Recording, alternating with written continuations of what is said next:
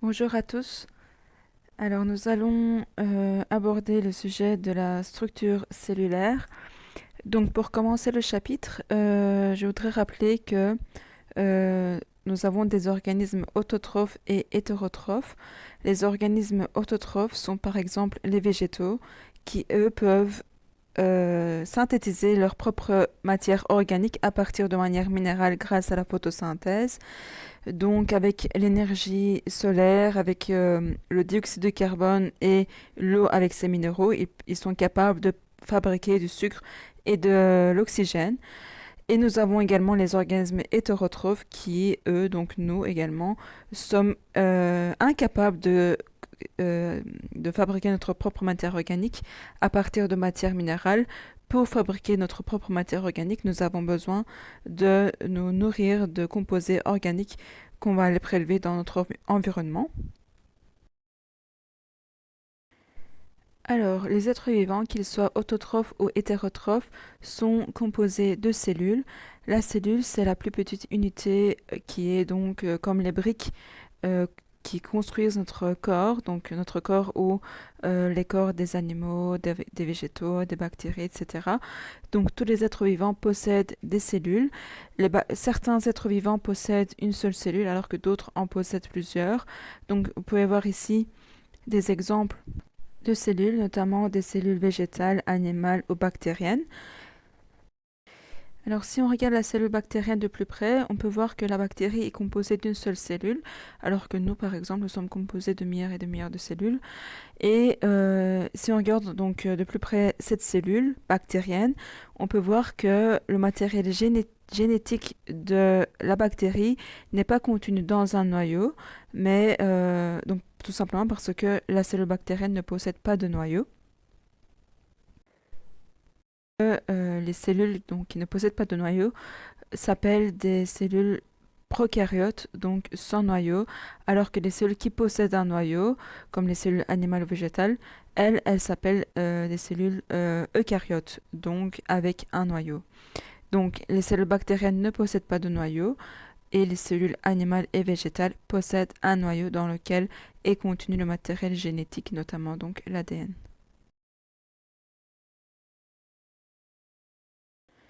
Alors nous avons ici un schéma très simplifié de la cellule animale. Déjà vu de loin, on peut déjà voir que la cellule animale n'a pas une forme bien précise, contrairement à la cellule végétale. Alors on voit donc au centre de la cellule un noyau, on voit des mitochondries, la membrane cytoplasmique donc qui va limiter la cellule, et on peut aussi voir le milieu interne qui s'appelle le cytoplasme. Ensuite, nous avons un schéma de la cellule végétale. Alors ici, contrairement à la cellule animale, nous voyons très clairement que la cellule végétale a une forme assez précise. Alors elle possède également une vacuole, des chloroplastes et une paroi cellulaire qui donne justement cette forme à la cellule. Alors nous allons maintenant voir les rôles des différents constituants cellulaires.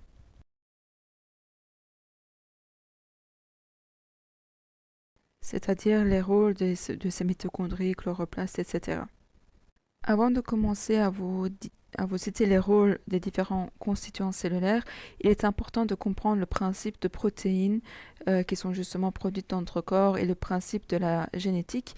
Alors, tout d'abord, nous avons plein de protéines dans notre corps qui sont produites par justement les cellules, les structures cellulaires.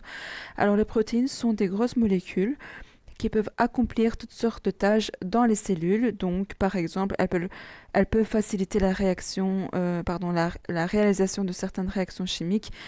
Elles peuvent jouer un rôle structurel. Elles peuvent, par exemple, transporter le dioxygène dans le corps, etc. Alors, mais justement, d'où viennent ces protéines? Comment est-ce qu'elles sont produites?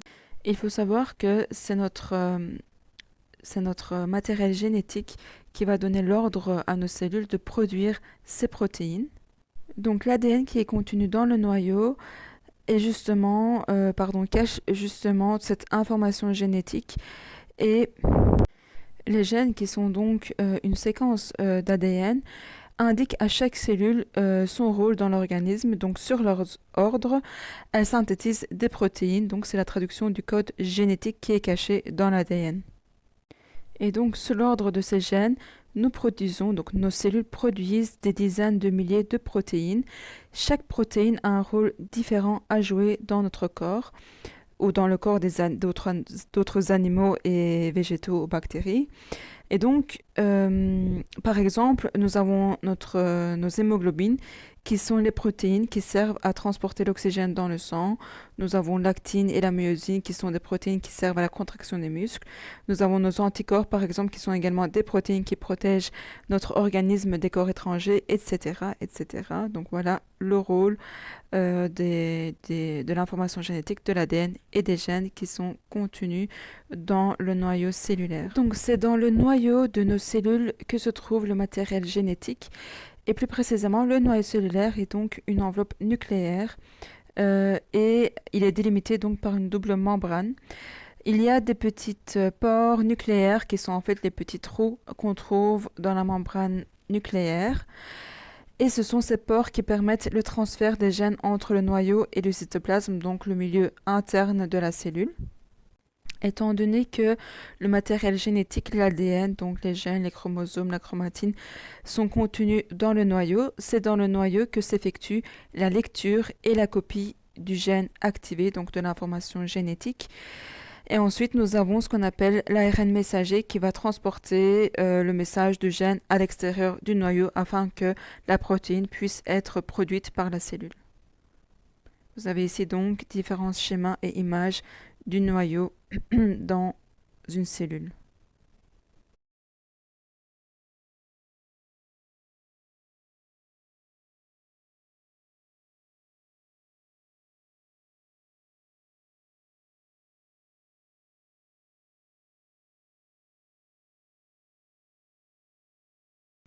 Alors, lorsque nous sortons du noyau, nous retrouvons ce qu'on appelle le réticulum endoplasmique. Nous avons deux types de réticulum endoplasmique.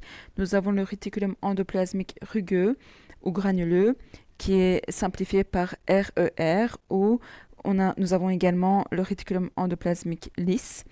Alors, le réticulum endoplasmique rugueux est rugueux justement car on observe des petits grains parsemés sur la surface externe de cette structure.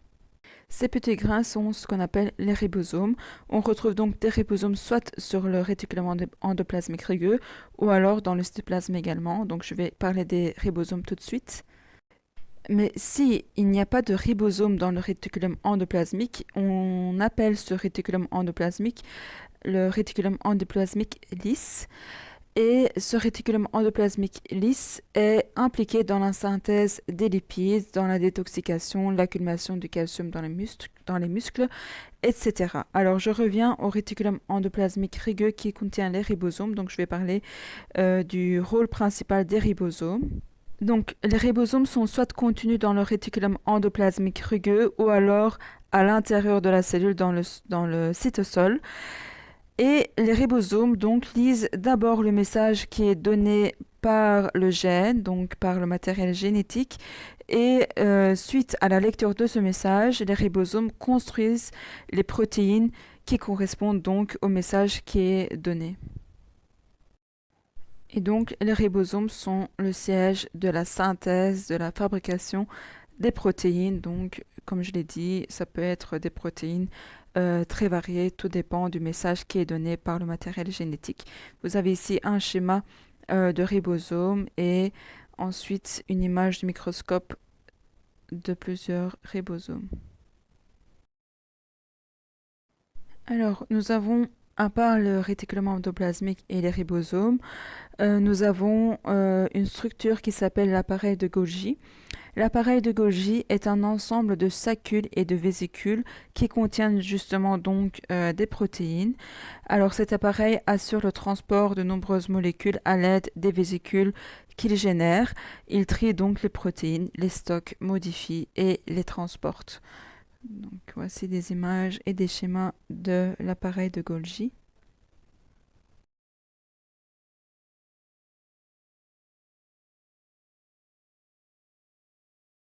Donc comme j'ai dit, nous pouvons retrouver des vésicules dans l'appareil de Golgi.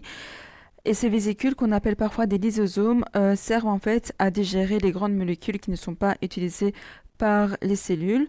On peut aussi retrouver d'autres vésicules qui sont spécialisées dans le transport de molécules. Voici donc des images de ces vésicules, de ces lysosomes, avec donc des enzymes qui sont contenues à l'intérieur pour digérer ces grandes molécules. Nous avons également des mitochondries dans nos cellules, enfin nous, les animaux, les végétaux, etc. Donc tous les êtres vivants ont des mitochondries, et les mitochondries sont donc les sièges de la respiration cellulaire.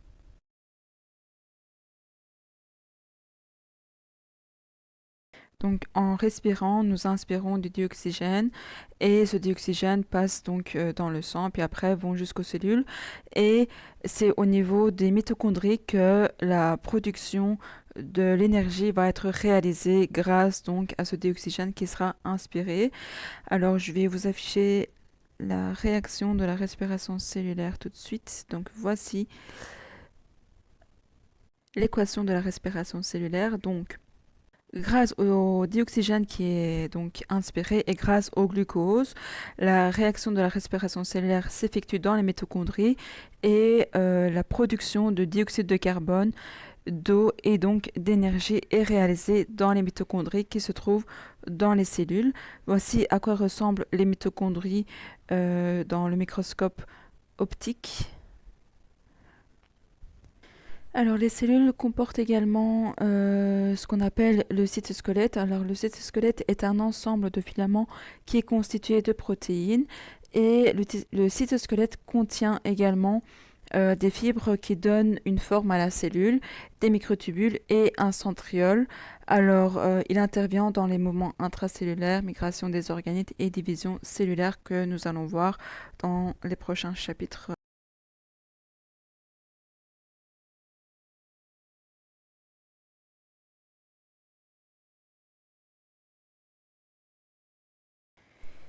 Et les cellules sont délimitées par ce qu'on appelle la membrane cytoplasmique.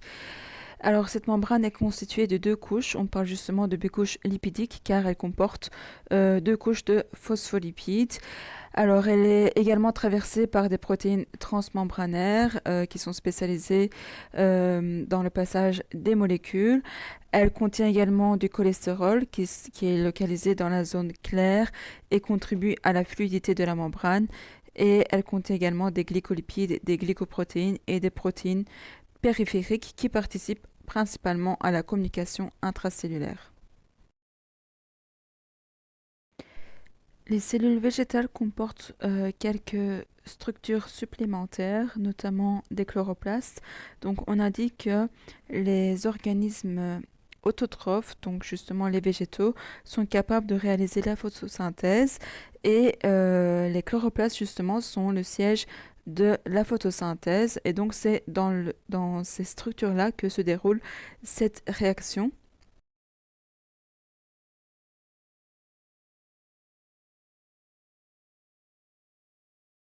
Alors, en plus des chloroplastes, les cellules végétales contiennent également ce qu'on appelle une vacuole. Alors, les vacuoles sont généralement assez visibles dans les cellules végétales. Donc, vous pouvez les voir ici sur les schémas et sur les images qui proviennent donc des microscopes. Donc, les cellules animales ne contiennent pas de vacuoles. Les vacuoles sont uniquement présentes chez les plantes, les champignons et chez certains protistes. Alors, ces vacuoles sont des organites qui ont une forme variable selon les cellules. Vous pouvez les voir ici. Donc, parfois, elles sont plus petites, parfois plus grandes.